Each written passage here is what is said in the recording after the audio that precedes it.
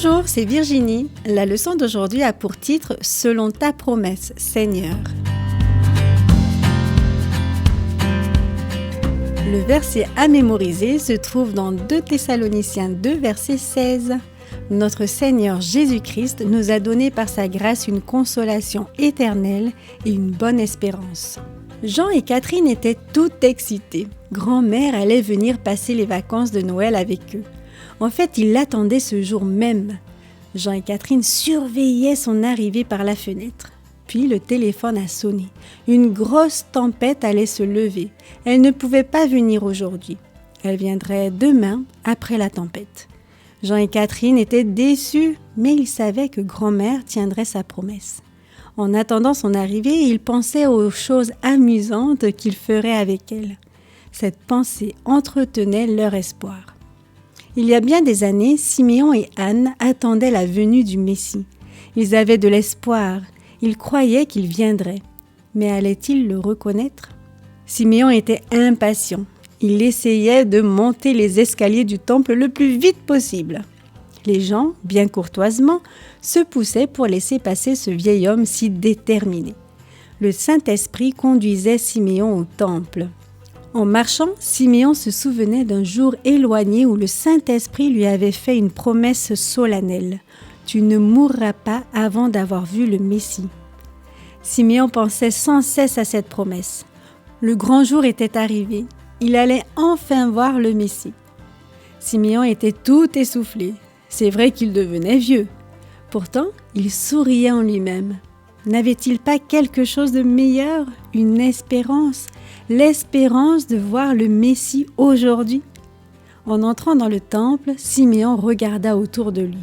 Tout semblait être comme à l'accoutumée. Les prêtres accomplissaient solennellement leur devoir.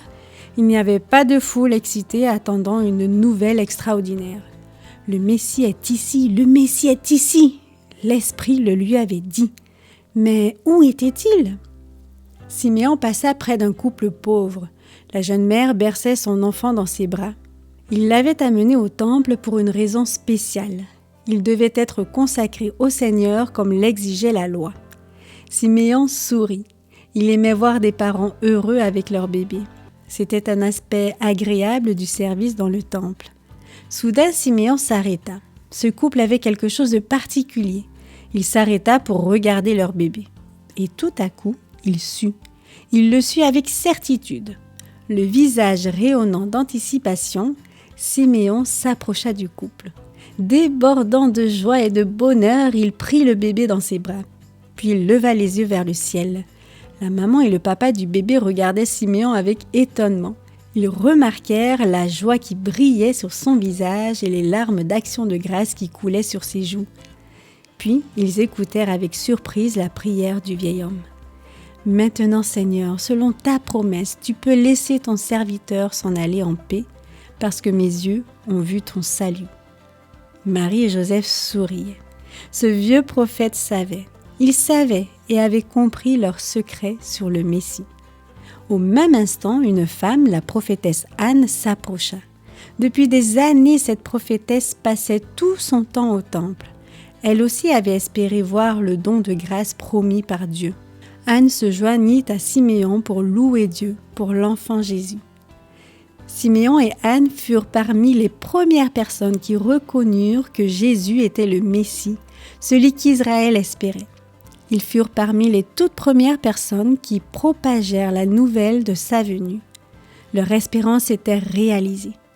Et c'est aussi notre espérance aujourd'hui. Jésus nous apporte également l'espérance.